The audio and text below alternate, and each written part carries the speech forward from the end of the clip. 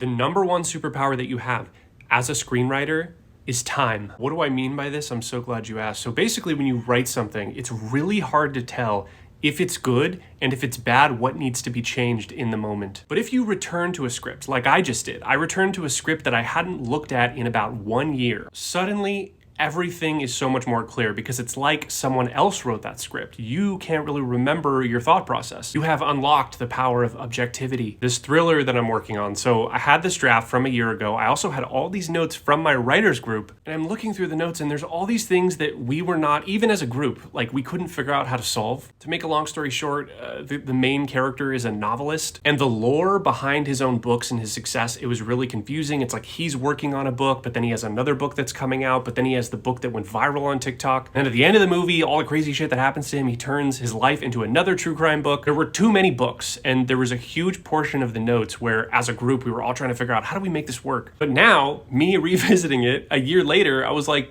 wait, just simplify everything down. He had a book that went viral on TikTok, and then he has the new book that's going to be the follow-up that he's working on for the majority of the movie. It seems stupidly simple, but all of us couldn't figure this out for some reason, because when you're in the moment and you've tried so many things and your brain starts to get a little bit scrambled, it's just really hard to solve problems.